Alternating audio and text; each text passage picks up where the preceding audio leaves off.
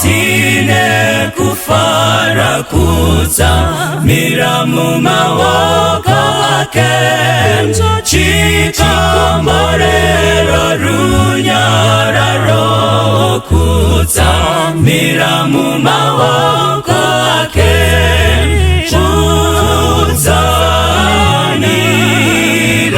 kutsamira mumaoko ake a Jesu kutsamira mumaoko ake a Jesu kunodzatira kufamba mzira kutsamira mumaoko ake nzira yapenya zuva nezuva kutsamira mumaoko ake kutsamira mumaoko ake a Jesu kutsamira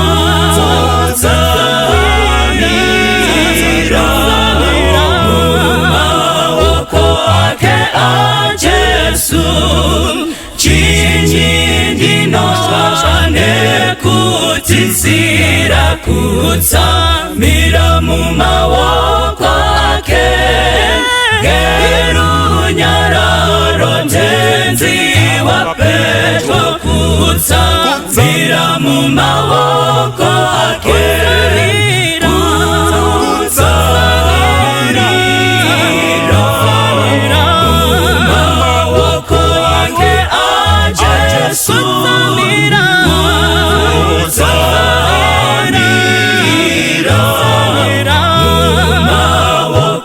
ake a Jesu kutsamira mumaoko ake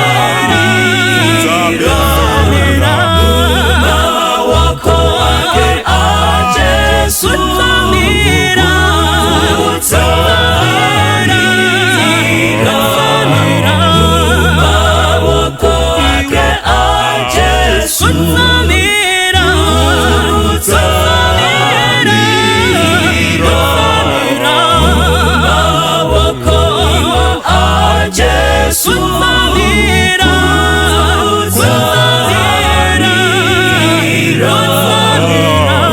mumaoko ake a Jesu. Professors, but not doers.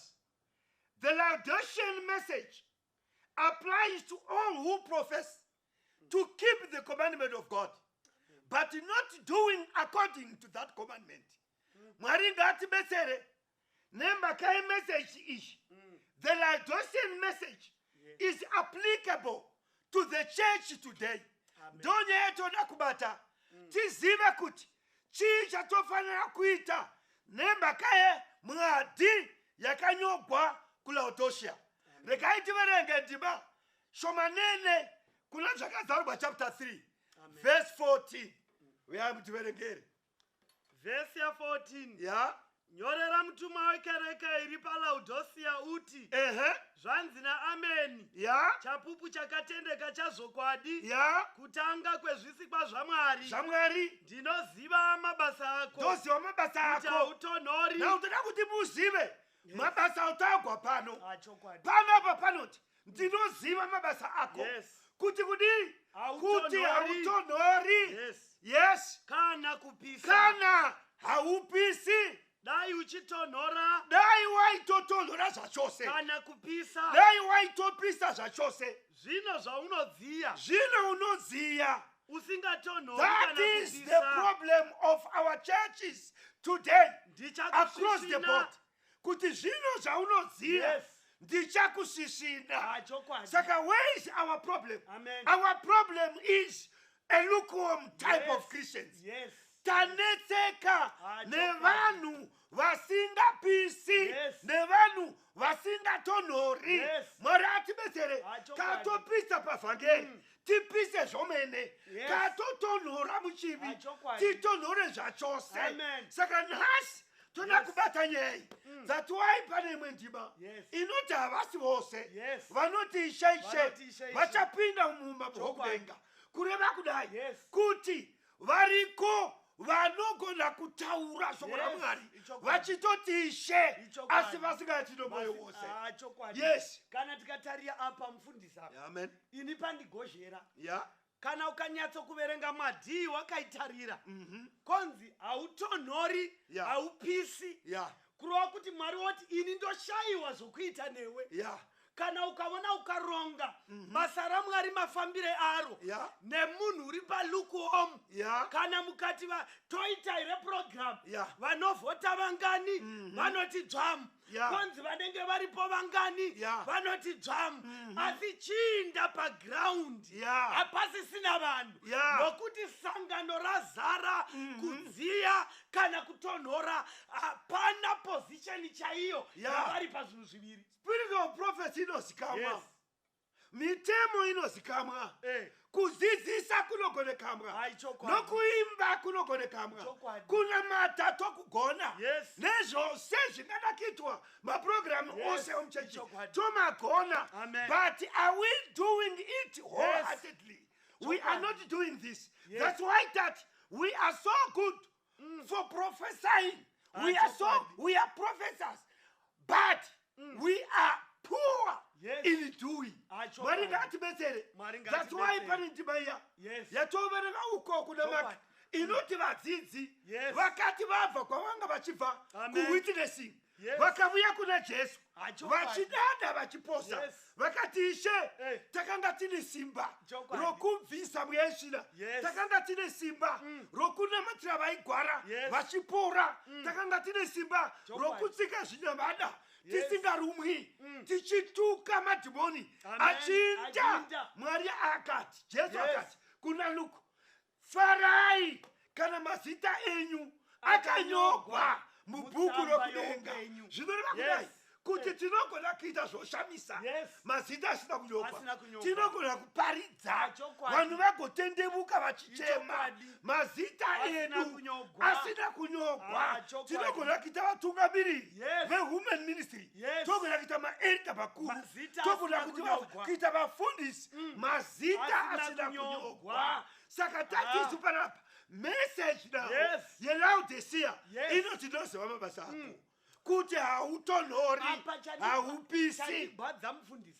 ya Unoziva handizvini, unoziva Yeah. hamuzimi, Yeah. unoziva Yeah. hazi maelders, Yeah. unoziva vazi vafundisi, Ehe. ndimwari pachake. Yeah, sure. Unoti aiwe nalaudhosia, Yeah. ndinoziva mabasa ako, ndinoziva mabasa enyu mai, Yeah. kuti vamwe vangakuonai somopisa, Yeah. asi inhema Yeah. hazvisizvo zvamuri day in Yeah. day out. Amen. Ndinoziva mabasa enyu baba, Yeah. kuti munoita somunopisa, asi hamupisi, hamudzii, Yeah. hamutonhori, muri pakati nepakati. Yeah. Zvinoonekwa Amen. nenyika, Yeah, sure. sandizvo zvamuri kurarama. Yeah, sure. Regai ndikuudzei vatendi, mazuva atakapretenda akakwana. Yeah. They go to the Laodicean church. Yeah. Inoti iyo, Amen. stand up and gear up for salvation. Yeah. Kana uchitonhora, vachitonhora. Yeah. Kana uchipisa, Yeah. wotopisa. Yeah. Nokuti kune muchinda unoziva. rega nayo vamwe togona kupisa Yes. pamaziso enyama Hai, chokwadi. tiri papulpiti Yes. vamwe togona kupisa Hai, chokwadi. pamaziso enyama tiri kushechi Yes. vamwe togona kupisa Yes. pamaziso enyama tichimba chaiko chaiko Yes. asi Yes. tisingaiti zvatinoimba chokwadi. tisingaiti zvatodzidzisa Chokwadi. Mwari ngatibetsere Amen. tigone kuita Yes. sezvatinodzidzisa chokwadi. yes ndoda kuverenga comment iri pano Yes. inoti the Laodicean message applies to all Yes. who profess to keep the law of God Yes. and yet are not doers of it. Yes. We are not to be selfish Chokwadi. in anything, everything, every phase Yes. of the Christian life is to be representation of the life of Christ. Amen. If it is not, we shall hear the terrible words I knew you not. Ndo pane vazhinji. Vazhinji apa vari right panyama. Vazhinji apa vari right kuchechi. Kokumba kunofara here. Mai vanofara here. Are we doing the right things across the board? Mwari ngagone kutibetsera. Ukavaramba uchiverenga nayo inozipa. Wangoverenga vesani. Verenga 15. Ndinoziva mabasa ako kuti hautonhori kana kupisa dai uchitonhora kana kupisa zvino zvaunodziya usingatonhori kana kupisa ndichakusvisvina muromo mangu nokuti unoti ndakafumiswa handishayiwi chinhu usingazivi kuti ndiwe uno urombo nenhamo. Vakristu vazhinji vanoti takafuma muvhangeri. Vakristu vazhinji vanoti takafuma mukugona kududzira shoko raMwari, asi ndiwe murombo unowisa murombo kupfuura vanhu vose. Mwari ngaatibetsere tigone kuti uri murombo nebofu. Mwari anofanira kutibetsera kuti tigone kuita sezvatinoverenga, tigone kuita sezvatinodzidzisa, tigone kuita kana kurarama sezvinoda Mwari. Saka zvino vazhinji manje we are good pretenders. Yes. We are not good doers according to the word of God. Ndosaka pauya message. Ndosaka John amapawaire vana vaMwari. John ari paisland. Unopuwa ziso raivona beyond the continent. Unotarira agovheneka. Ndobva oratidzwa the last message and the characters of the last church. The last church, no current affairs. This is the church today. Ndo iri kutaurwa naJohn. Akagara pachitsuwa chePatmos. Mwari ndokusvika akati vavudze. In those days, after so many decades, ndizvo zvichange zvava vatendi. Message imfundisi inogona kunge yakanga isingashandi pamazuva anaJohani, nokuti wanga asati aziva kuti vanamai vanogona kubatika pazvinhu zvenyama nezvinhu zvomweya. Wanga asati aziva kuti kune vanhu vari magood pretenders vanotaridzika savanhu vaMwari, vanotaridzika sevari mubasa raMwari, yeti simba rako vakarasha. John ndo paanonyora ndinoziva iwe Laodicea mabasa ako. Vazhinji vanhu kwavo muchechi, vazhinji vanhu kwavo pavanhu, vazhinji vanhu kwavo kumabasa, vazhinji vanhu kwavo pavanhu. Asi kana ukada kuvahwisisa zvakanaka, dzokera kumba kwavo, kumhuri yavo. Are you good to your wife? Are you good to your children? Are you good to your relatives? Kana takadero tichiwa vanhu vakanaka pamberi pevanhu, tichikonewa kwedu, we are just pretenders. Mwari unoti, Mwari message is their church and us. Laodicean message. Their church and us. Tichiva pachechi no. Topinda pa judgment day. Mwari ngakone ngati betere pano. Tiwe vana vake zvachose mumabasa mukuita tichirevesa. Regai ndikuverengere verse 18. Ndinokupa zano kuti utenge kwandiri. Ndarama yakaidzwa mumoto kuti uve nefuma nenguvo chena kuti uzvifukidze nyadzi dzokusafuka kwako dzirege kuonekwa nechizoro chameso kuti uzore meso ako uone. Vose vandinoda ndinovaranga nokuvarova, naizvozvo shingaira kuti utenderuke. Kureva kuti this is the call to the Laodicean church. Mazuva atakagara pavunhinini hwemweya yedu, mazuva atakagara above the pride of ourselves, mazuva atakagara pakuzvida isu chete, tisingarangariri imba yaMwari, tisingarangariri nherera, tisingarangariri basa raMwari. Mazuva atakagara atakadya zvegumi zvaMwari, basa raMwari rikasvika kuva pastand still, iwawo akakwana. Ndo ari kunzi yezvino mfundisi, tendebuka kuti ugone kurangarikwa. Ndakabotaura imwe statement inoti, ndakambobvunza mubvunzo unoti what is personality? ndikapuwa madefinition akawanda ndikazoti ini I think personality is what you do when you are alone. Mwari ngatibesere nemhaka yekuti vazhinji tinogona kuita zvakanaka when we are with other people tichitya kuti tikazikamwa kuti zvakamira sei. Vari kuomwa vakadzi vanotokachamadzwa nevarume vavo kana vava kuchechi vachigona chaiko kutokamira kugona kuripo. Yes, kugona sin is there but knowledge poor. Saka Mwari ngatibesere kuti kana zvatinoziva nokugona tigonere vana vedu, zvatoziva nokugona tigonere varume vedu, tigonere vakadzi vedu, so that kana wona murume wako wona mukadzi wako amire mberi so achiteta zvakanaka zvaMwari ati yes uyu zvaanotaura ndizvozvo. Saka now we are professors but not doers. Mwari atibetsere ipapo tigone panapa kwai shingaira kuti utendevuke. Regai ndikuudzei vasikana, mazuva aya atakararama pabackbite aiva mazuva iwawo ende kana tine chigwera ichi that's the current affairs to the Laodicean church.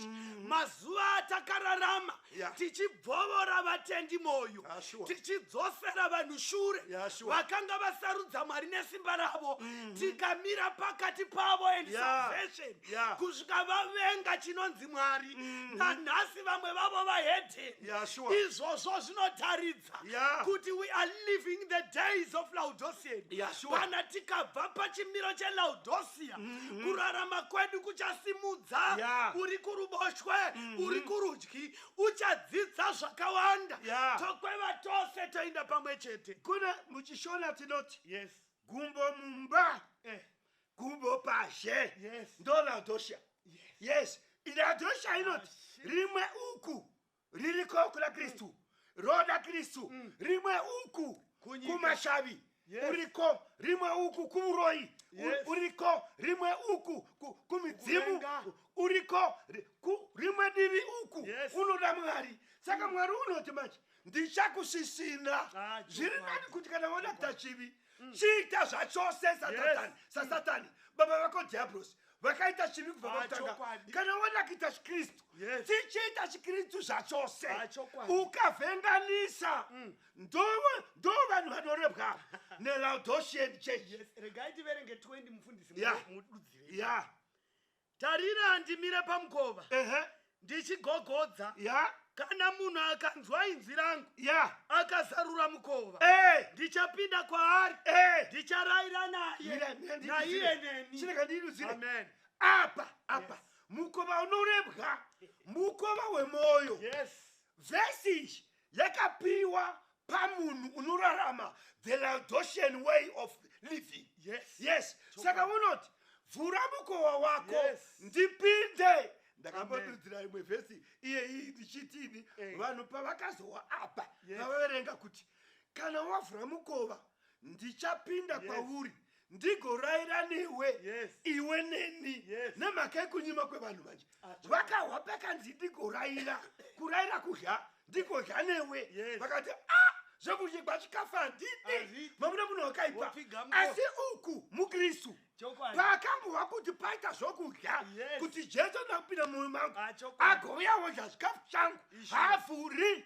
Saka mukova unorebwa mukova wemoyo. Saka hatidi tinoti uku tiri kunyika, uku tiri kuna Mwari, uku tiri Mwari woti bado chirega ndipinde. I want to occupy your heart fully so that you can be a Christian indeed. Hatidi. Saka mukova yedu yenyika inei yakavharika. But let me tell you one thing. Mukova wokudenga wakavhurika. Verenga verse 1 ya chapter 4. Yes. Shure kwaizvozvo ndakatarira ndikaona mukova wakazaruka kudenga. Manzi rokutanga. Haleluya. Saka mukova wokudenga manje unogara wakavhugwa. Mukova wapanyika manje ndo wakavhagwa. Saka vibatanidza pamufundisa. Regai nditange kuverenga apa ndigoenda apa mugodudzira. Totanga 4 verse 1. Shure kwaizvozvo ndakatarira ndikaona mukova wakazaruka kudenga. Verse 20. Tarira ndimire pamukova. Kuri pakuti Mwari avhura mukova wokudenga unoburuka. Munoziva here kuti minamato yose yatonamata inowikwa ende ichipindugwa. Ndozvotaura vakoringe kuti kana wakumbira, if you claim the blessings from above, he is going to give you. Saka mani kana ukakumbira Mwari mukova kudenga wakavhureka unopa ngiro dzake kuti chidzirai nezvakumbigwa. Now kune elidation type of Christian pano panyika manje Mwari wovuya nezvikomborero wowanikwa mukova wepasi wakavharika. Topedzisa tati Mwari une maanza matatu, unoti no, unoti yes, izvobodo iwe ndiwe wazvipano nemhaka yekuti moyo wako wakavharika, mukova wemoyo wakavharika, but wakudenga manje unogara wakavhoreka. Mwari ngaatibetsere tigone kuvhura mukova wepasi. Wati tarira ndimire pamukova kurova kuti watovapo hama pamwa here muripo here vana mai uri kuti tarira ndimire pamukova muripo here mai makore osawa mazhinji sangano raiti tina chechi treasure makore mazhinji tainzi tiri nhengo dzechechi panoita roll call, we are present but isu pachedu mumoyo tichiziva kuti Mwari hatisisipo tatonhota hatisina kutonhora kwangova kudziya uri kuti mai tarirai ndimire pamukova uri kuti elda tarirai ndakamira pamukova uri kuti mufundi ndimira pamukova izopa. What is inside that door that is shut?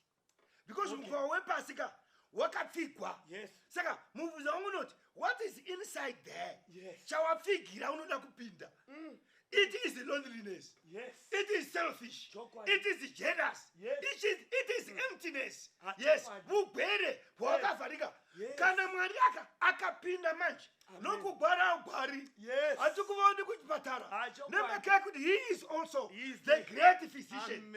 Saka tinoziva imhaka yekuti hatipisi, tinotonhora, tinodziya toti ukumwari toda ukatimudi, ukumwari tomuda ukatimudi. Saka Mwari unoti chivhura mukova ndipinde ndigorayira newe iwe vonendi. Kana wadero manje wava mukristu wakakwana. Zvaunoparidza manje ndo zvaunenge uchiita. Vhesi unoona bhaibheri riri pachena so rinokutaurirai pachena.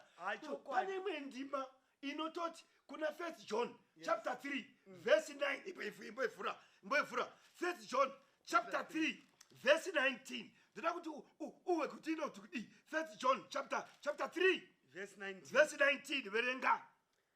Ndozvatichaziva nazvo kuti tiri vezvokwadi tigosimbisa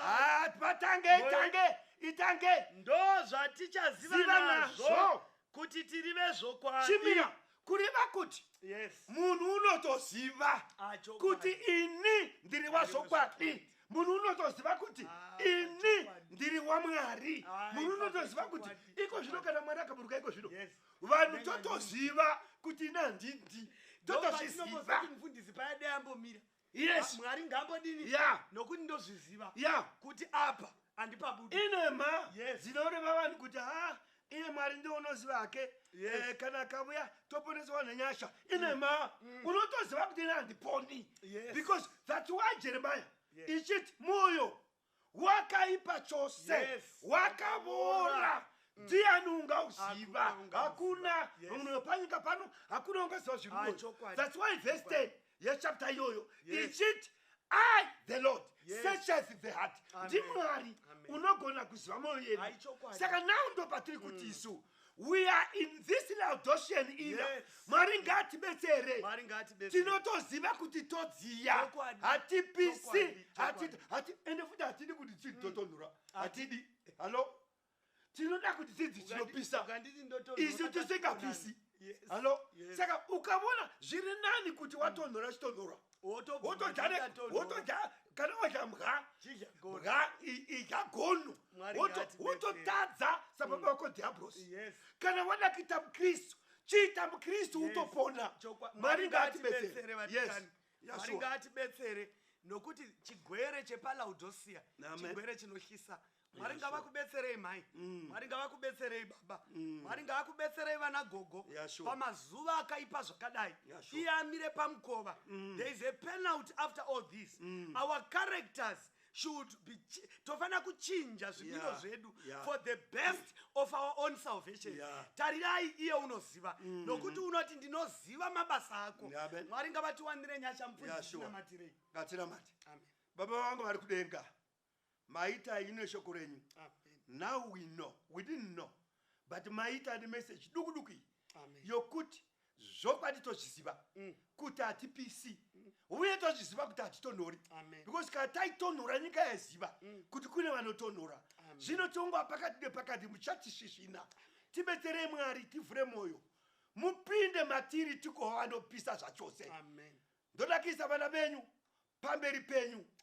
Shandai navo mweya wenyu uburuke. Upinde mavari. Vave vakakwana semuvakakwana. Muzita renyu rinogara nokusingaperi. Amen. Kwasara nguva shoma shoma, Jesu anouya. Kwasara nguva shoma shoma, Jesu anouya. kwasara nguva shoma shoma, Jesu anouya.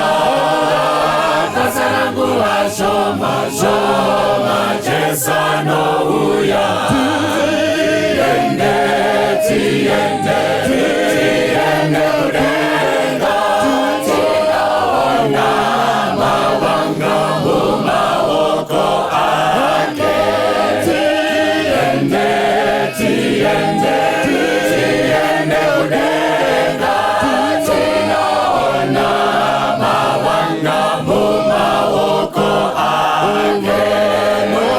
Kumbira wanopiwa, wanotsvaga vanowana, vachitenda kuti Jesu ndiye Ishe wavo.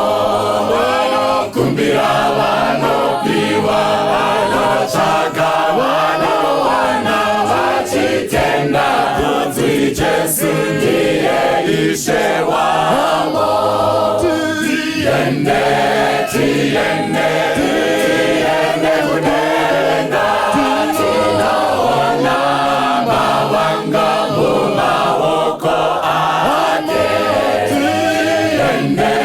Tiende kudenga, tinaona mawanga mumaoko ake. Kumbira vanopiwa, vanotsvaga vanowana, vachitenda kuti Jesu ndiye Ishe wavo. Kumbira vanopiwa, vanotsvaga vanowana, vachitenda kuti Jesu ndiye Ishe wavo. Wasara kudenga, tinaona mawanga mumaoko ake. Wasara kudenga, tinaona mawanga mumaoko ake. Kumbira vanopiwa, vanotsvaga vanowana, vachitenda kuti Jesu ndiye Ishe wavo. Kumbira vanopiwa, vanotsvaga vanowana, vachitenda kuti Jesu ndiye Ishe wavo. Usasare kudenga, tinaona mawanga mumaoko ake. Usasare kudenga, tinaona mawanga mumaoko ake. Usasare kudenga, tinaona mawanga